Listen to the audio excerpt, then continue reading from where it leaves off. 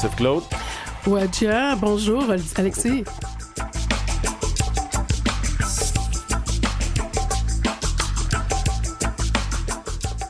En deuxième partie d'émission, on va parler avec l'artiste, auteur, compositrice, interprète Anaknid.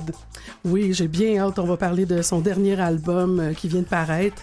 Mais premièrement, on reçoit une grande dame. Moi, je sais pas comment c'était quand il y avait la résistance des Canandaigua en 1990-91.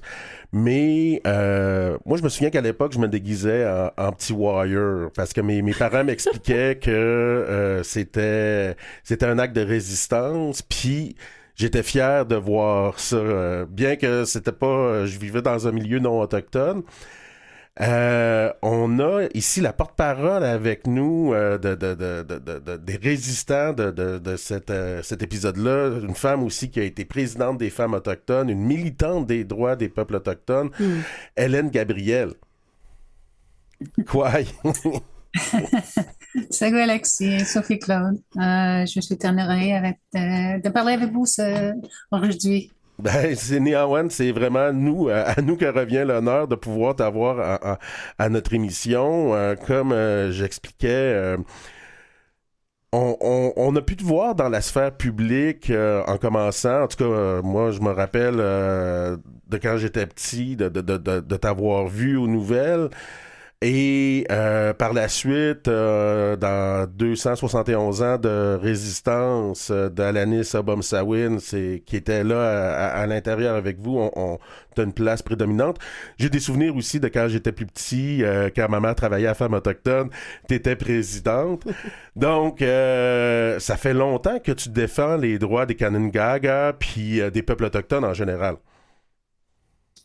Oui, c'est plus de. Je pense que je suis en train de finir 34 ans dans mes travail pour, euh, pour défendre notre droit et pour l'environnement aussi. Oui. Et je suis une artiste, mais j'ai pas beaucoup de temps pour faire la peinture, et j'ai fait le documentaire aussi. C'est un nouveau outil dans mon actif, mon militantisme. Je ne sais pas si c'est Oui. le mot en français. Le militantisme, oui. Oui, oui.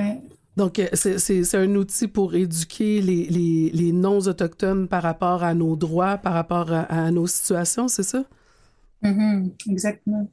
Parce que je trouve que si on dépense sur les médias, on peut pas avancer nos enjeux ou défendre nos droits. Donc, je pense que c'est de réclamer le narratif euh, de notre histoire. Donc, c'est très important pour moi de continuer euh, d'être une militante pour le reste de ma vie, parce que je pense que les enjeux, notre lutte ne sont pas réglés demain ou l'année prochaine. C'est toujours une lutte pour les peuples autochtones à travers le monde, partout du Canada aussi. En 1990, avec la résistance que vous avez faite, c'était pour le territoire. On voulait prendre le territoire des Canandaigua, de Kanesatake, pour en faire un terrain de golf. Aujourd'hui, cette résistance-là, cette lutte-là, comment est-ce que il y a encore des enjeux dans ta communauté? Puis sinon, quels sont les principaux enjeux que on a encore à faire face? Est-ce que c'est seulement territoriaux? Nos femmes, nos sœurs et nos filles disparues? Le droit de vivre dans notre langue, est-ce que tu prioriserais certains enjeux ou c'est un tout, selon toi? C'est toujours tous les enjeux parce qu'on peut pas faire une seule chose dans le jeu parce que pour moi, c'est important parce que ça affectait notre qualité de vie. Mhm. À ce moment, la lutte reste quand même. C'est toujours ils ont volé notre terre à ce moment. Il y a des développements, mais aussi les divisions dedans la communauté. OK. C'est vraiment pire. Nous luttons contre, je ne sais pas le mot correctement d'utiliser, mais des Mohawks qui sont très assimilés, qui et pas du tout, pas tout le monde est comme ça, mais qui travaillent ensemble avec le crime organisé. Et ça, c'est un autre niveau euh, qu'on vit pour une centaine des années. Et moi, je trouve que le gouvernement nous a abandonnés. Ils nous disent qu'il n'y a rien qui peut faire.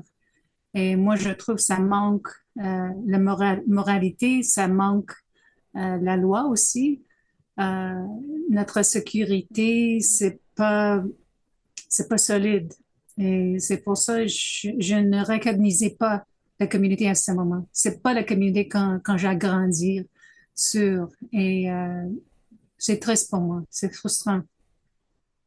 Donc, le fait que finalement, c'est pas tout le monde, c'est pas une pensée unanime par rapport à comment le territoire et les ressources devraient être utilisés.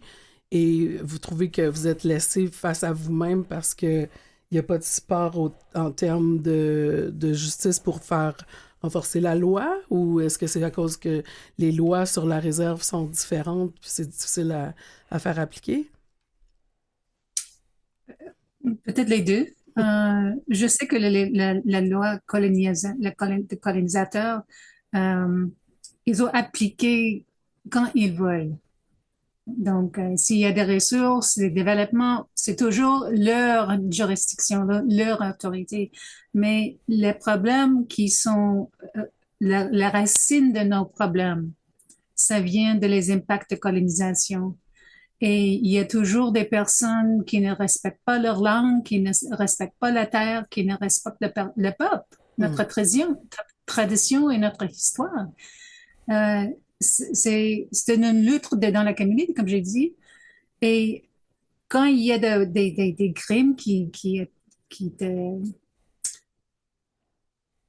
commis, Ouais, qui sont commis, ouais. committed, Hum. oui, sont commis, euh, le gouvernement et les policiers ont dit, il n'y a rien qu'on a pu faire. Donc, qu'est-ce qu'on peut faire? Ouais. C'est nous c'est laissé à nous de défendre notre droit physiquement, spirituellement, mentalement. Et moi, je trouve que c'est vraiment sadistique. Je trouve que le gouvernement sont très méfiants. J'ai aucun mot pour, pour dire que la situation qu'on trouve dans Ganasadaga, c'est pas, c'est pas dans notre valeur. Et le gouvernement toujours a fait le diviser et de conquer, C'est ce divide que. and conquer. C'est toujours enacté ici à Mhm. Ganasadaga. C'est pour ça notre terre sont plus petits quand j'ai grandi. Le territoire de Kanestake a réduit comme peau de chagrin. Il y a même, je pense, un livre qui a été écrit pour décrire comment vous êtes fait avoir par les curés, par l'État, qui décrit bien tout le processus, bien qu'il y ait eu de la résistance pour que la municipalité d'Oka puisse avoir le territoire. Puis Mhm. aujourd'hui, en plus, qu'est-ce que je comprends de tes propos, Hélène, c'est qu'on est un peu dans une zone de non-droit où le gouvernement se satisfait de laisser le crime organisé avoir une partie du pouvoir et Mhm. ne donne pas du pouvoir à la communauté, aux membres de la communauté qui auraient légitimement le droit de l'avoir. Exactement. C'est comme c'est notre faute qu'on Mhm. était comme ça. Que c'est notre faute que la violence existe dans notre communauté comme c'est normal. Donc, le gouvernement n'a jamais fait la responsabilité, quoi qu'il fait dans notre communauté, tous les problèmes qui commencent avec eux. Et je pensais en 2024, ça changerait, mais je pense que ça continuer parce qu'il n'y a aucun effort par le gouvernement, par les policiers, d'arrêter le crime organisé. Il n'y a pas aucune euh, il n'y a aucune Volonté. volonté par le gouvernement de changer la situation vers le volet de notre terre. C'est toujours notre faute. Et quand on résiste, c'est nous qui sommes les criminels. C'est nous.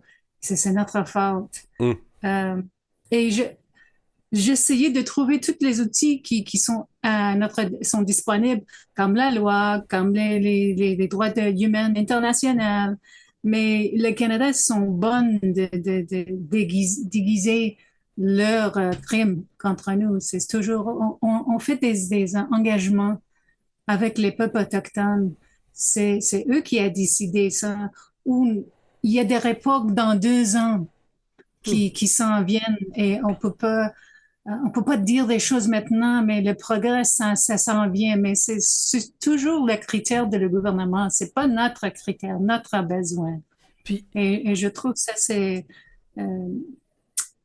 c'est frustrant pour nous parce que toujours, on a besoin d'être paix en la paix. On a toujours besoin d'être silence pour attendre pour le gouvernement. Et je ne sais pas avec eux, mais pour nous, c'est le conseil de banque qui fait la décision. C'est la seule autorité que le gouvernement a recognisée, mais il ne fait rien. C'est toujours corrupté. Il fait toujours quoi que le gouvernement veut et pas dans notre besoin. Donc, je trouve qu'il n'y a rien, mais pas rien, mais il n'y a pas beaucoup de choses qui a changé depuis 90 et en avant. On est toujours lutte pour notre droit. Puis, dans le fond, depuis 90, ben, c'est sûr qu'en 90, on parlait vraiment du golf en tant que tel, mais depuis ce temps-là, moi, je sais qu'on s'est déjà parlé il y a quelques années, Hélène, on parlait justement du développement domiciliaire qui avait lieu aux abords, où est-ce qui, dans le fond, se trouve à pousser de plus en plus les limites du territoire de Conestoga. Donc, c'est une pression qui est toujours constante. C'est arrivé il y a quelques années, puis maintenant, c'est difficile de vivre sur les terres. Même sur les terres, vous vivez encore de la pression pour pouvoir préserver le territoire. C'est bien ça? Oui, c'est ça. Et c'est toujours les besoins, les droits des Québécois ou les développeurs. Il a plus de droits que nous. C'est toujours, je pense que c'est les raisons économiques. Il y a des taxes que les municipalités a gagnées. Il a gagné aussi le province, le gouvernement du Canada. C'est toujours une question économique et on était punis. Je trouve qu'on était punis, notre communauté, pour ouvrir les yeux de monde que le crime de Canada en 90 ont détruit un peu leur réputation internationale. Et je trouve que on a besoin de continuer de lutter. Mais à ce moment, dans notre communauté, il n'y a aucune volonté pour ça. C'est toujours juste les chèques de marijuana qui fait une petite économie ici. Les gouvernements sont contents avec ça. Moi, je trouve que c'est l'enfer. C'est l'enfer, une situation qui était créée par le gouvernement du Canada, mais il ne voulait pas de faire une intervention, d'arrêter ça pour avoir la sécurité de la communauté, pour respecter notre droit humain. L'accès sur notre terre, comme le parc national d'Oka, ont besoin de donner notre carte indienne. Nous sommes toujours les Indiens, pas des peuples autochtones sur les lois canadiennes. Mais Moi, j'ai fait des questions, je peux poser des questions. Quand est-ce que ça suffit? Comment, comment est-ce qu'on peut avoir le respect pour notre droit humain et d'autodétermination? Je ne sais pas si c'est trop tard pour notre langue ou quoi, mais il y a des personnes qui ont essayé. Mais l'accès sur la terre, comme le land back, le mouvement de land back, c'est abstrait. C'est juste quoi qu'on parle, mais on a trouvé pas une situation où on trouvait il y a des land back. Il y a aucune. C'est toujours les petites réserves qu'on a en habité sur. Il n'y a aucune personne dans le gouvernement du Canada qui sont sympathisés avec nous. C'est toujours la politique, c'est toujours, comme j'ai dit en avant, la raison économique. Et on a besoin d'avoir une voix. On a besoin d'enlever notre droit, mais ici, dans ma communauté, c'est pas qui passait. Hélène, on va prendre une petite pause musicale. C'est vraiment des perspectives hyper pertinentes que tu nous rappelles. On va ramener ça aussi au point de vue international avec la situation en Palestine en revenant avec toi. Il y a carrément un lien avec le territoire aussi. Ouais. À tout de suite, Hélène. Niawan. Alors, pour la pause musicale, on va aller avec Violent Ground avec leur chanson Tribal de leur dernier album Disarranged, paru le 24 novembre 2023.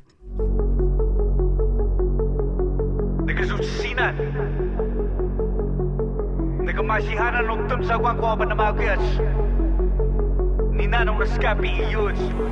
Told them off from day one. What matters don't stay done. Never fade away one. Born with the mic and break some. This indigenous in the west. Seen as a savage and that's to the death. You don't wanna have a bet, that'll be the one you regret. Still represent. Sigue mamindo, Gustavo. I'm savage, I know it, I've been at it so long and I ain't never done. We should see no G.I.V. We savage, I know it, never ask if we're ever done. Can't you see me now? Open the one around, full-blooded, half-breed, blasting back with the rap that I've been laying down. No mask that can't be found, gotta be trouble with the sound. Same it now. So it's like that, native with no life hack, stolen everything about us, now we fight back. Oh, it's like that, home invader sidetrack, rolls from the ground up to bring him down and fight back.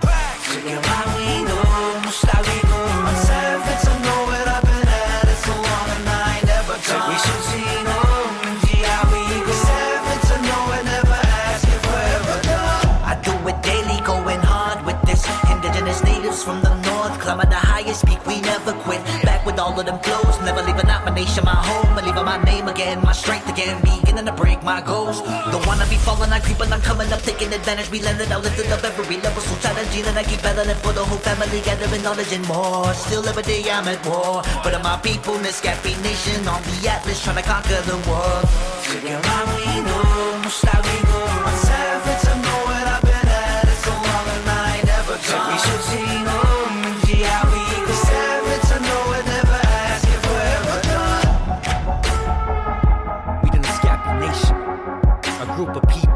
Indigenous, connected to one another, connected to an idea.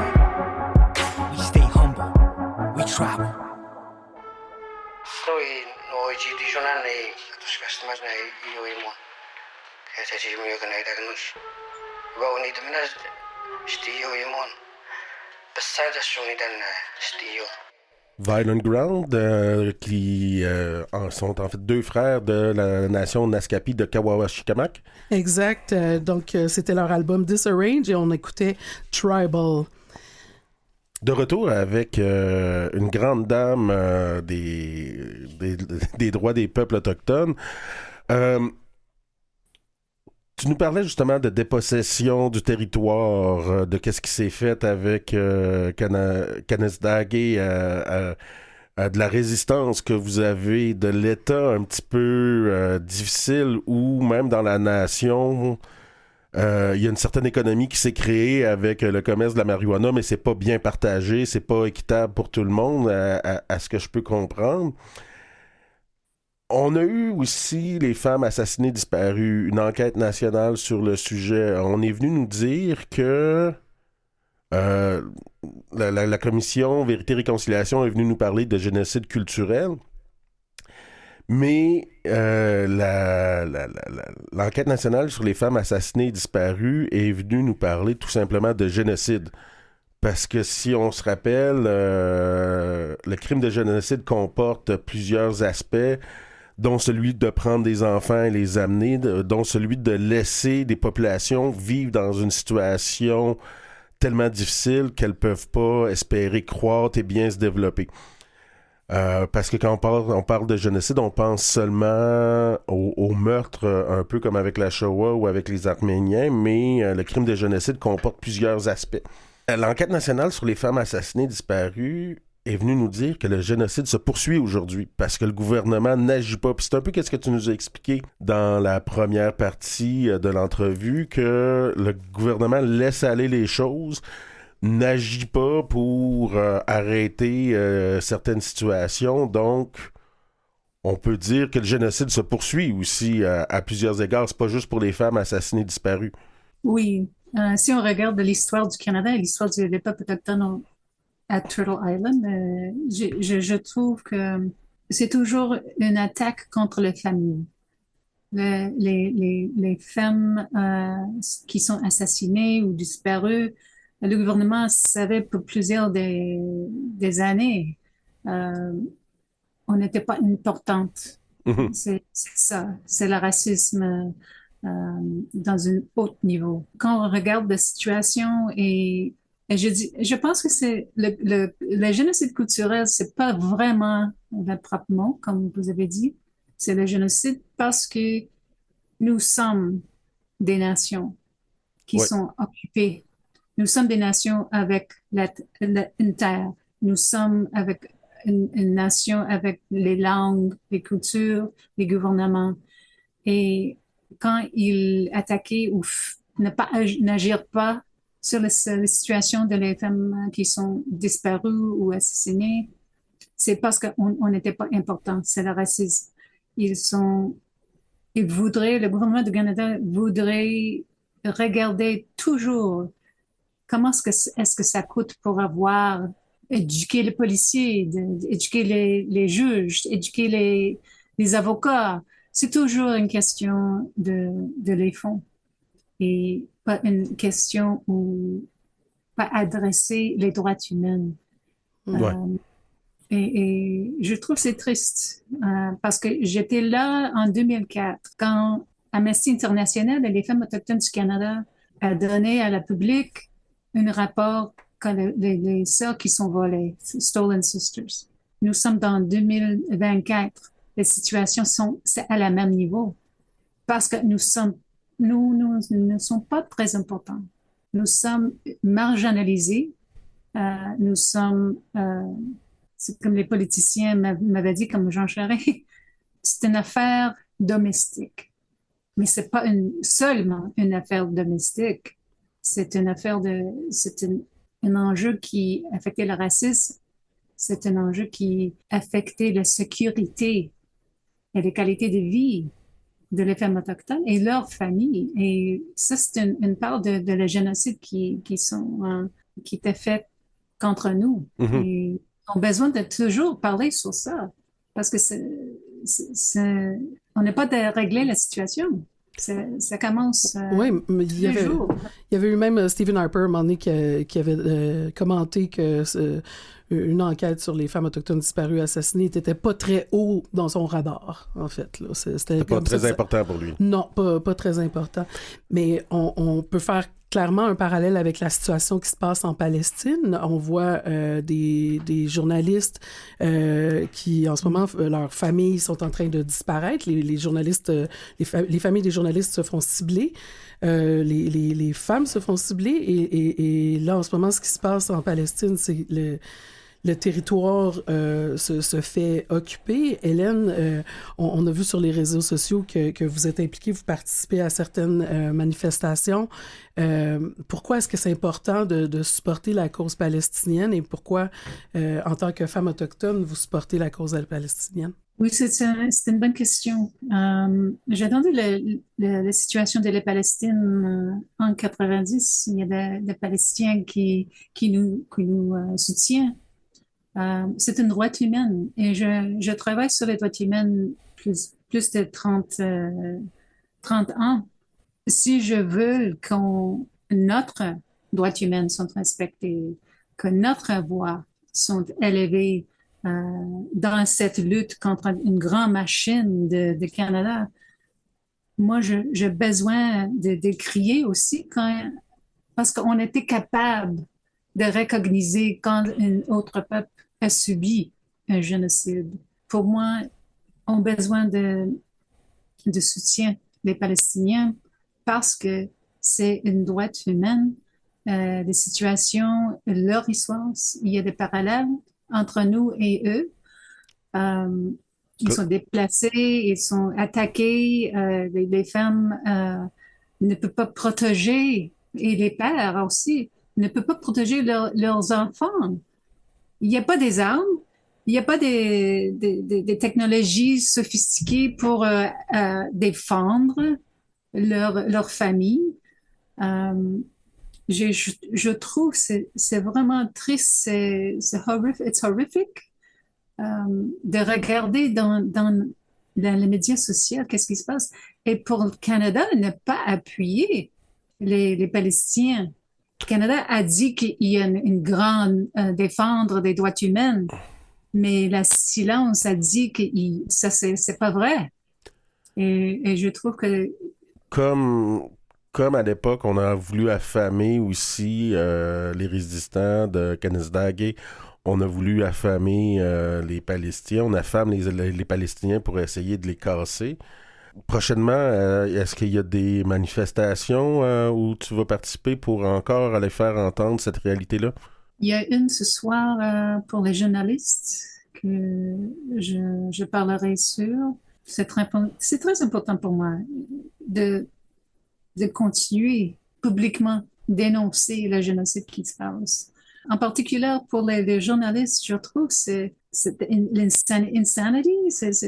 Ouais, c'est vraiment, c'est de la démence, puis c'est une atteinte à la démocratie, on le dit aussi, hein? Exactement. Hélène Gabriel. C'est le rôle, le travail de les journalistes de faire qu'est-ce qui se passe dans une journée.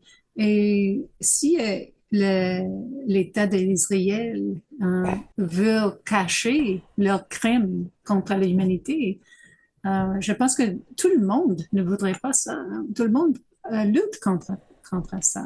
Donc, c'est très important pour tout le monde. En particulier, je trouve que c'est triste et dommage. Il n'y a pas plus de peuples autochtones ici au Canada qui ne dénoncent pas, qui dénonçaient pas les génocides qui se passaient. Puis de les supporter. Hélène Gabriel, merci. Niawen. Merci beaucoup d'avoir parlé avec nous. Et puis, on va continuer à vous suivre sur les réseaux sociaux. Et puis, pour ceux qui aimeraient s'impliquer à certaines manifestations en Palestine, il y en a une aussi qui va avoir lieu dimanche. Donc, il y a plusieurs actions possibles. Merci beaucoup encore. Kichimigwach, Niawen, Hélène. Orliani. Merci Sophie Claude, merci Alexis. Bonne journée. Au revoir. Bye. Vous écoutez Kwe Bonjour avec Alexis Wawanoloat et Sophie-Claude Miller. On est de retour avec une artiste reconnue qui a déjà gagné l'artiste autochtone de l'année. Oui, à en la 2021. En 2021, qui a plusieurs productions. Une artiste multidisciplinaire. Moi, j'ai connu Anaknid quand elle faisait aussi de l'art visuel, de la sculpture, et donc on la connaît plus comme auteure, compositrice, interprète, mais c'est une artiste qui a plusieurs cordes à son arc. Oui, puis il y a toujours... Moi, j'ai assisté au lancement de son album Freak of Nature là, en novembre à Montréal, puis il y a toujours des éléments visuels, théâtrales sur scène. Il n'y a pas juste la livraison des chansons, mais on a vraiment un spectacle. Donc, Anaknid, de Kwe. Quick! Hello! C'est le fun de vous avoir les deux. Hein? Ça fait plus que maintenant 10 ans qu'on se connaît puis qu'on a fait des cérémonies ensemble. dans le quartier latin, là. Mhm. En effet, oui. Moi, je me souviens d'un voyage avec mon prof. C'est là la première fois que je t'ai rencontré avec Guy Sioui, mon prof d'art à Kiona, en 2016, Oui. si je me rappelle bien. Et c'est lui qui m'a, en fait, donné, on dirait, la porte ouverte pour commencer ma carrière. Parce qu'après que j'ai fait cette sculpture-là, les portes ont ouvert dans le quartier latin partout. Puis j'étais bien entourée par le Native Friendship Center, puis des aînés, par vous. Puis vraiment, là, comme, ici, c'est chez moi, puis je déménage pas, là. Ah, c'est génial.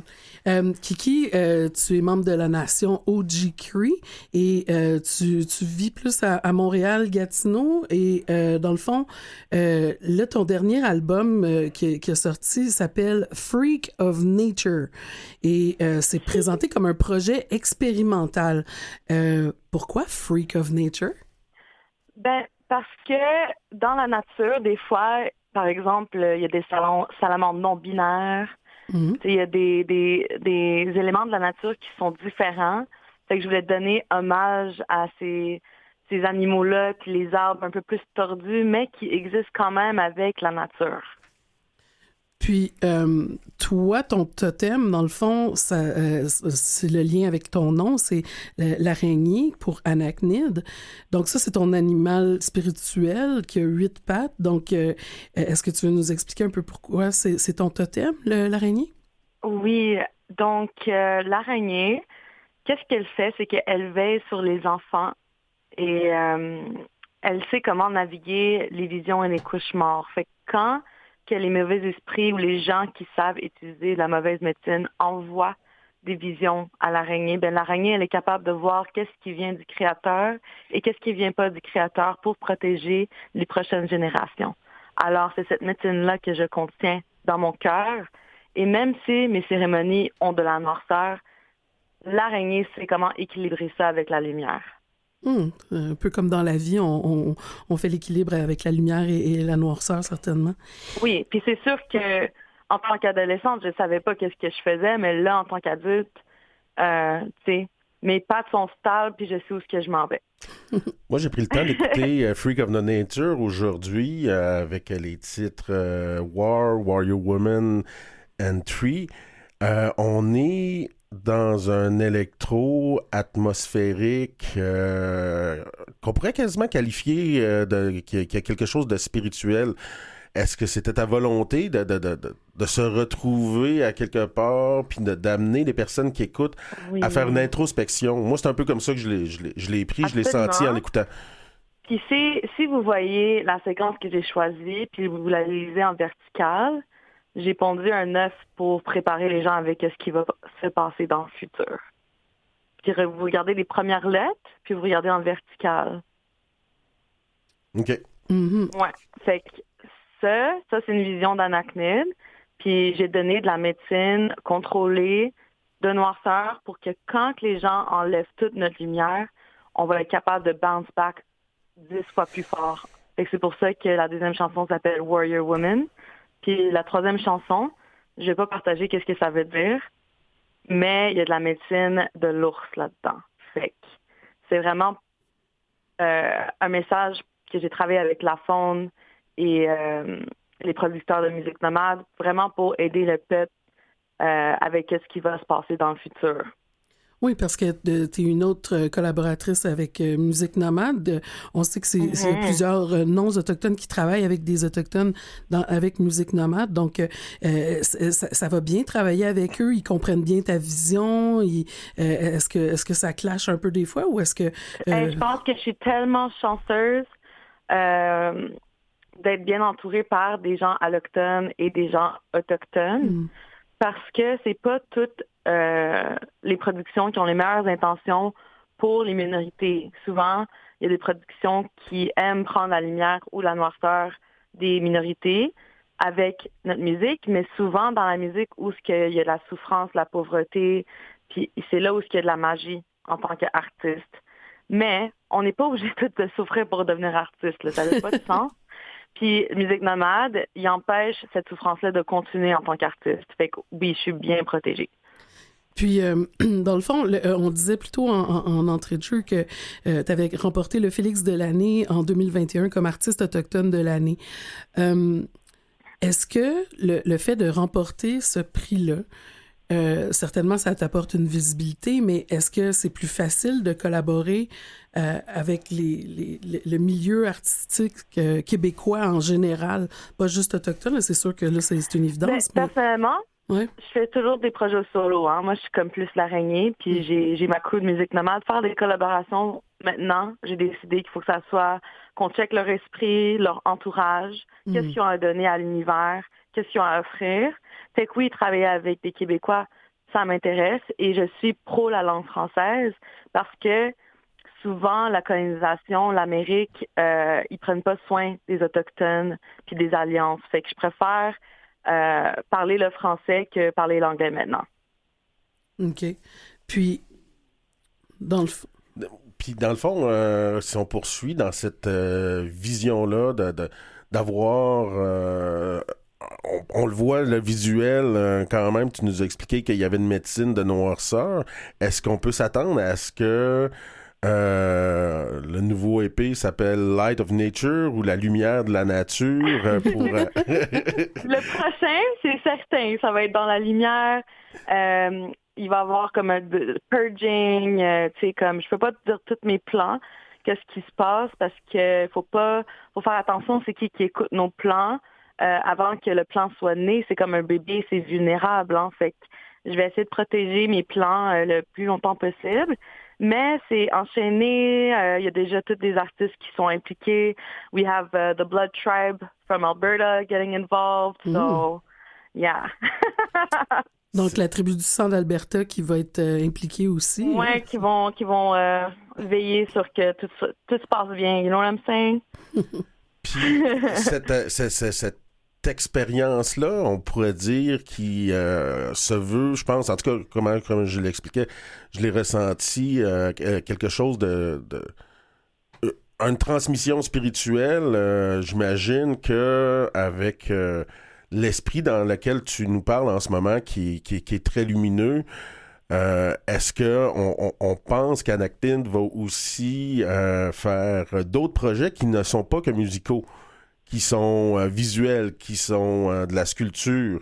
Est-ce que cette lumière-là, tu veux la transmettre autrement que par tes talents en musique? C'est certain. Je pense que c'est juste que, tu sais, avoir 8 pattes, 8 yeux, 8 projets, il faut que je les termine avant de faire quoi que ce soit de plus. Et je pense que aussi de voyager, d'apprendre d'autres cultures, de voir comment que ça se passe dans leur pays aussi, c'est important avant que je rentre dans l'univers des arts parce que je veux que ça soit réfléchi en tant qu'artiste, puis que ça soit planifié puis organisé comme ça. Quand ça veut découler puis être partagé avec les gens, ben il va y avoir une stabilité avec ma médecine. Parce que c'est une médecine, c'est qu'est-ce que je comprends. Puis je le comprends aussi de d'autres artistes. L'art, c'est une forme de médecine, comme on le sait, quand on va voir un powwow, c'est une forme de médecine. Aller voir les personnes danser, pour les personnes qui dansent, c'est une forme de médecine. Donc, ton art est une forme de médecine aussi. Oui, puis je le savais pas. Fait que là, je prends un peu de responsabilité sur mes erreurs. Puis je vais donner d'autres avec les gens autour de moi qui croient en moi puis qui me supportent. Et avec ça aussi, les powwows étaient illégales jusqu'environ en 1960. Ouais. Je pense pas que c'est la date exacte. Puis sinon, tu allais en prison. Et j'aimerais aussi dire que la majorité des peuples autochtones qui sont en prison, c'est beaucoup plus fort que les autres minorités. Fait que j'ai pas les chiffres exacts, mais c'est vraiment fort, puis c'est à faire nos recherches là-dessus aussi parce que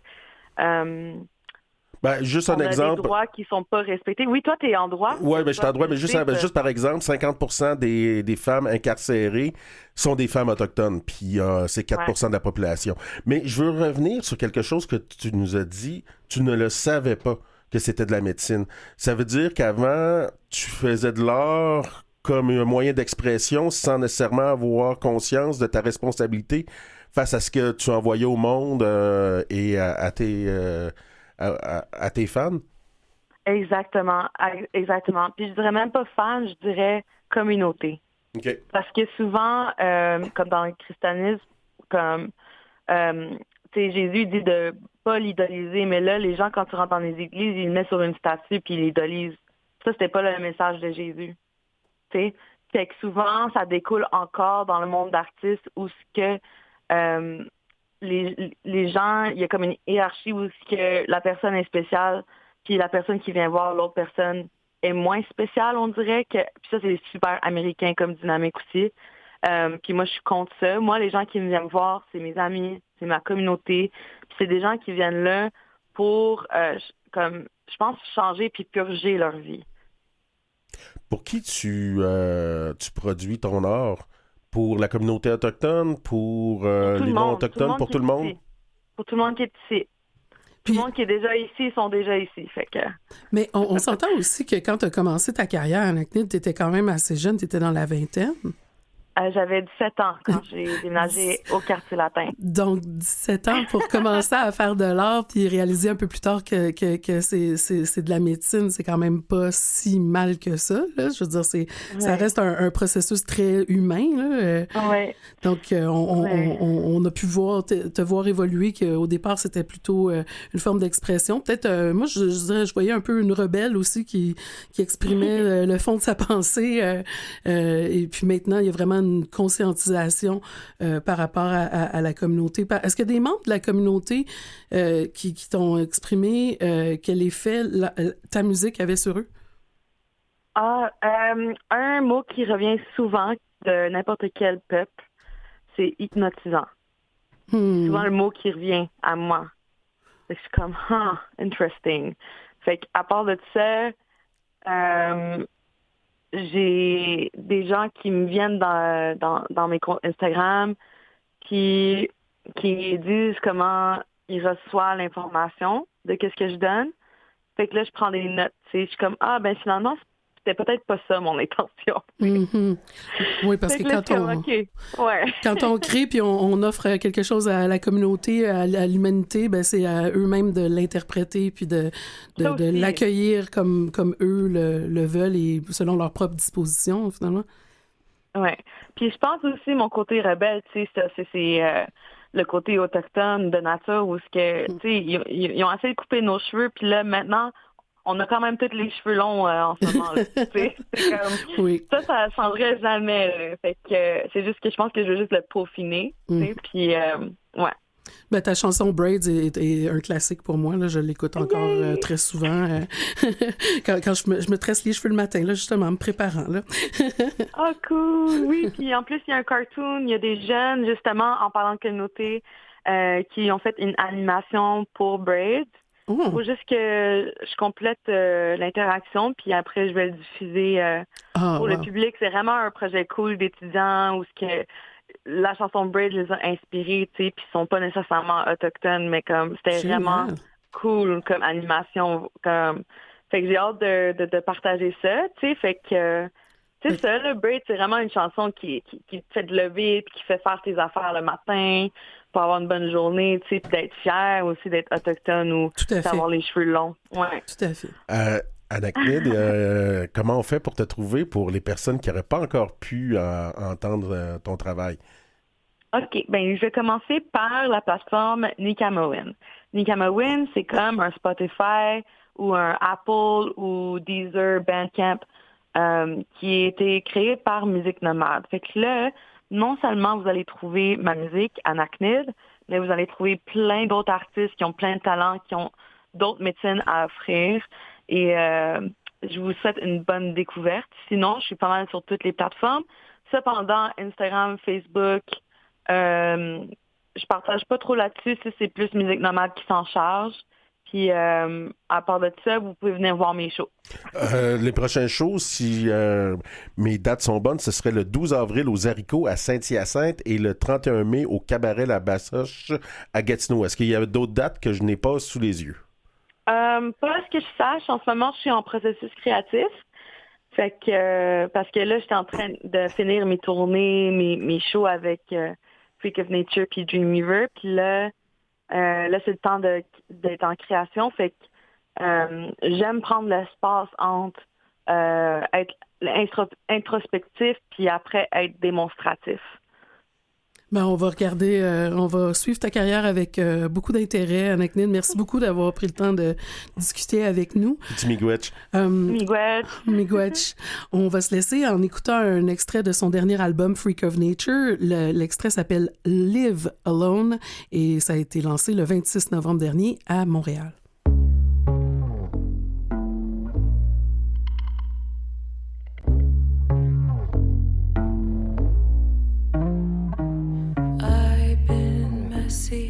Watching TV, smoke house, then jump in my couch. Voice grows deeper as lungs get darker. Wear heels for breakfast and eat candy for dinner. Still wish I was a little bit thinner. Still wish I was a really good singer.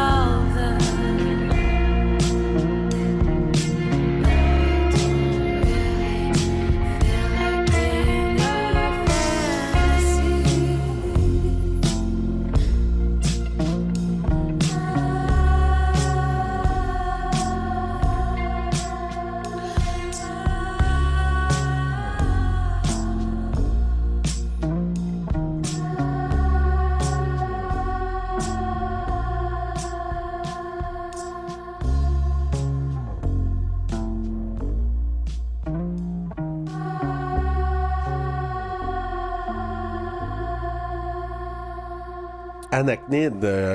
Quelle belle entrevue. Toujours aussi sympathique. Toujours sympathique. Lumineuse, hein, on peut dire ça, qui était lumineuse dans cette entrevue-là. Oui, ben comme disait Cohen, il faut que la brèche passe par la noirceur. Donc, on entendait justement un extrait de son nouvel album Freak of Nature. Oui, Live Alone. Oui, ben, on a eu dernièrement les Golden Globe Awards et Lily Gladstone, Gladstone, je prononce son nom correctement, a gagné. C'est une première, je crois. C'est épique. Et Alexis, j'étais dans mon salon, j'avais les bras dans les airs, j'avais le cœur à la fête. Qu'est-ce qu'elle a dit au micro quand elle a gagné? Ça, là, c'est vraiment... Elle disait merci, là, c'est une traduction libre, là, mais merci à tous. Ceci est pour chaque enfant de la réserve, chaque enfant en milieu urbain, chaque enfant autochtone là-bas qui a un rêve et qui se voit enfin représenté dans nos histoires, représenté par nous-mêmes dans nos propres mots, avec des alliés considérables et avec une confiance considérable qui émanait de chacun d'entre nous. Donc, c'est non seulement Lily Gladstone qui a gagné, mais c'est aussi... comme on parle tout le temps que la représentation est quelque chose d'important, de pouvoir se voir, de pouvoir reprendre notre narratif. Toi, tu as vu le film. Oui. Est-ce que c'est fait... C'est quand même... c'est Scorsese qui a fait le film? Oui, c'est Martin Scorsese. Puis l'autre rôle principal est par Leonardo DiCaprio. Là. C'est le regard quand même d'un Blanc qui vient parler des Assange. Mais est-ce que cette représentation-là est adéquate dans ce film-là? Tu penses que le travail, est-ce qu'il a été fait correctement par Scorsese? Moi, je pense que...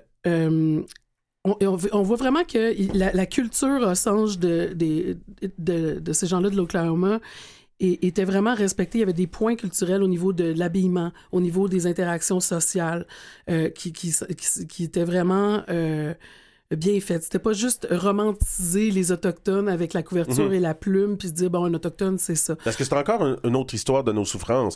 Il faut se rappeler que les Assange étaient un peuple parce qu'on se rappelle que l'Oklahoma, avant de s'appeler l'Oklahoma, c'était The Indian Territory. Mm-hmm. Donc, on avait tassé plein de peuples autochtones donc par la route des pleurs. Là, oui. Comment on disait ça en anglais? The Highway of Tears. Ouais, ben ça, c'est en Colombie-Britannique, mais Trail of Tears. Trail of Tears, oui. Ouais, puis on nous a tassé, on a tassé beaucoup de peuples autochtones pour les mettre là, puis finalement, les Assange sur le territoire sur lesquels on dit, ça va être votre nouveau territoire, il y avait du pétrole. Énormément de pétrole. Et donc, ils étaient, on le voit très bien dans le film aussi, ils étaient beaucoup, beaucoup, beaucoup plus riches que les non-autochtones qui étaient autour. Donc, c'est eux qui avaient les voitures, c'est eux qui avaient les commerces, c'est eux qui engageaient des non-autochtones, dans le fond, pour venir faire les tâches ménagères et etc. Donc, on voit vraiment que dans Killers of the Flower Moon, la note américaine, là, en français, c'est une tragédie. Mais il y a aussi la relation entre les deux personnages principaux, dans le fond, Leonardo DiCaprio, Robert De Niro, là, qui sont comme... puis comment, dans le fond, c'est une histoire de trahison aussi, là. Comment ils ont joué, ces personnes-là, et comment ils ont affecté leur santé à long terme. Est-ce qu'on a un peu de lumière dans ce film-là, quand même? Ouais. Peut-être pas plus. Tant que ça. J'ai peut-être plus de. Honnêtement, je suis sortie de là. Parce que moi, je vais t'avouer, j'ai pas eu la force émotionnelle d'aller le voir. Je savais qu'il fallait que je me brace. Puis j'ai affaire à tous les jours à des dossiers tellement tristes, tellement durs dans mon travail que je me suis pas vu la force d'aller voir ce film-là. Ben, Lily Gladstone avait dit même aux gens publiquement, elle avait dit. Accompagnez-vous pour aller voir ce film-là. Assurez-vous d'avoir quelqu'un à qui parler après avoir vu ce film-là.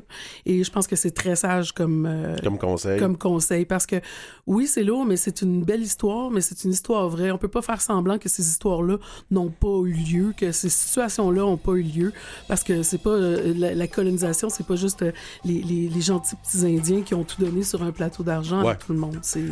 Mais si on veut retrouver de la lumière là-dedans, la performance de Lily Gladstone était Époustouflante? Elle joue plus en subtilité. OK. Il y a d'autres personnages plus éclatés qui reflètent peut-être plus ma personnalité auquel moi je me suis plus attachée. Mais Lily, elle est très, très juste et on voit qu'elle a été considérée comme une égale sur le plateau. Et c'est ce qu'elle mentionnait aussi dans d'autres entrevues. Où est-ce que c'est pas juste, bon, là, on a des Indiens, là. Non, c'est vraiment, elle faisait partie, elle était considérée au même plan que Leonardo DiCaprio. Puis je pense que c'est important aussi de se faire considérer pour qui nous sommes et à égal, pas juste pour notre exotisme. Toi qui aimes bien la culture populaire, on le voit avec comme des productions comme Reservation Dog. Ouais. On l'a vu même aussi avec Marvel, avec Echo ou avec What If, des représentations autochtones qu'on pourrait dire quasiment adéquates, qui ont de l'allure, où on a pris en compte. Je regarde Paulina Alexis dans Reservation Dogs, là, tout le monde l'aime, là, je veux dire, on connaît tous une Willie Jack dans nos communautés, là. Ouais. Ou l'esprit qui se prend pas trop au sérieux, donc... oui, William Knifeman. Ouais.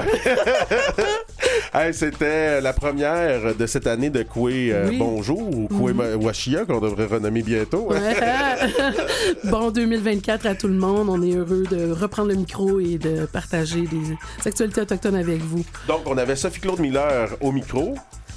Et à la recherche, on avait Sylvestre Déterre et Claire Guérin. Et aussi Alexis Wawanaloat à l'autre micro. Oui! On se revoit, l'émission revient la semaine prochaine. À la semaine prochaine.